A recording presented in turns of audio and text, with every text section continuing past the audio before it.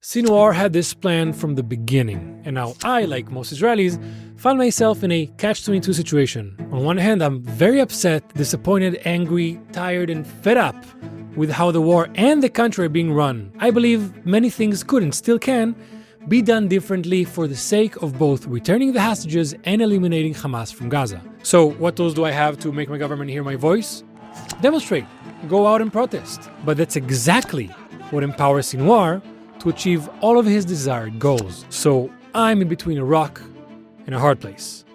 Part of Sinwar's well-thought-out plan to finish the war while still in power is to have the Israeli people pressure the government to end the war by playing with our love for life and compassion for our own brothers and sisters. This was confirmed by a document found back in January of 2024 in a tunnel he was staying in, where he instructs 1. Increase the distribution of photos and videos of hostages due to the psychological pressure they create. 2.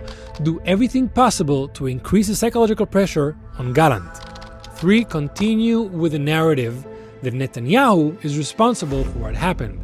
And 4. Damage the Israeli narrative that the ground operation serves the return of the hostages. This tells us that, from his perspective, he knows the military pressure can damage Hamas's grip on Gaza, which won't leave them any other option than to release the hostages like they did in November of 2023, and that our government is not the responsible party. So, to get what he wants, he needs us, the Israeli people, to turn on each other and stop the government ourselves. He uses the hostages like puppets to send his message across to us.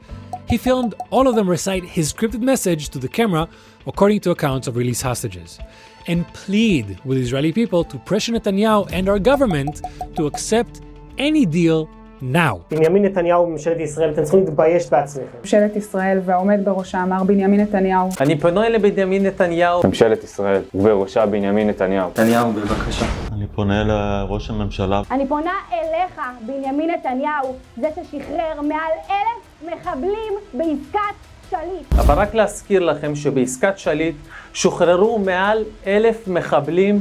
נכשלתם במשימת ההגנה עלינו, האזרחים. אתם רק מנסים להרוג אותנו בשביל לא לעשות שום עסקה. אתם מנסים להרוג אותנו בניסיונות כושלים של חילוץ והפצצות מהאוויר. תעשו כבר את המצופה מכם ותחזירו אותנו הביתה עכשיו. אזרחי מדינת ישראל, אני מבקשת מכם להמשיך להפגין עבורנו. צאו לרחובות והפגינו. תצאו לרחובות, תפגינו. צאו לבחוץ, תפגינו. תמשיכו להפגין. וזה חייבים לעצור עכשיו את המלחמה. ועסקה עכשיו.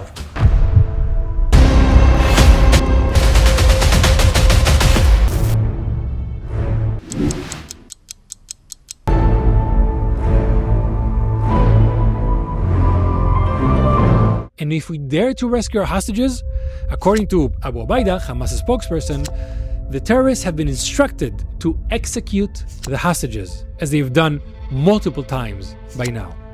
The families of the hostages, who have been in the center of the news since October 7th, will obviously and understandably plead for Israel to accept any deal now to get back their children, siblings, spouses, and parents.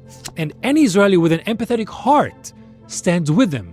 So, as of today, September of 2024, everything is going according to Sinwar's plan. So, how much are the Israeli protests actually influencing Hamas' decision-making and empowering Hamas? Well, only a couple of months ago, Hamas finally agreed to accept a deal that did not include ending the war. That was a major step, but right after September 1st, during Israel's largest protest in 2024, where I also took part in, Khalil al-Haya, Sinwar's spokesperson, basically told Al Jazeera that they reverted to all the original demands from October 2023. The end of the war, move all of the IDF out of Gaza, and rebuild Gaza in return for most of the hostages. The problem is that many of the protesters asking for a deal now cannot tell you what the deal Hamas is demanding. So, what is the actual deal as of September 6, 2024? During the first stage, which will last 42 days, Hamas will return the humanitarian hostages, around 20 live female, injured, and elderly hostages. They cannot commit to a specific number or list of names because they claim they don't know who they have, because they are not the ones holding most of the hostages. In return, Israel will 1. Release around 800 prisoners, many with life sentences. 2. Implement a complete ceasefire on all fronts in Gaza. 3, the IDF will withdraw from all the territories it's holding, not only the Philadelphia corridor, which is taking much of the news coverage, but also Netzarim and the perimeter around Gaza, basically all of it. 4, allow free movement to all Gazans in Gaza without any security checkpoints, allowing any Hamas, PIJ, or other terrorist organizations to move freely. 5, constructs 60,000 temporary homes and 200,000 additional tents throughout Gaza. 6, permit the entry of debris removal equipment and a full list of materials to rebuild Gaza. Basically, we get some of the hostages, whom we cannot know by name or number, and we finish the war. And that's just the first phase. If we trust Hamas to continue to the next stage after receiving all of that, we move to the second stage. During the second stage, Hamas will return the rest of the hostages. Again, we don't know who or how many Hamas can return because we don't know who they're holding. And according to them, they don't know either. How many of those 120 are still alive? I don't have any idea about that.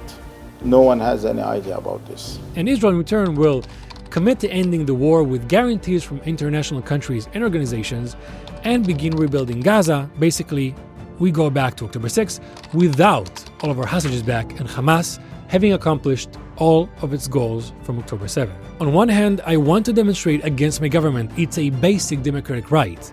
I believe they're running the war and the country horribly. We've never been in a worse social, economical, and security situation, and none of the decision makers are giving me the confidence that they're about to do something smart or effective about it. But if I do, I'm playing directly into Hamas's plan and raising the price to get our hostages back. Catch-22. But we have no choice, and we have to stay strong. I'm Isal Chai.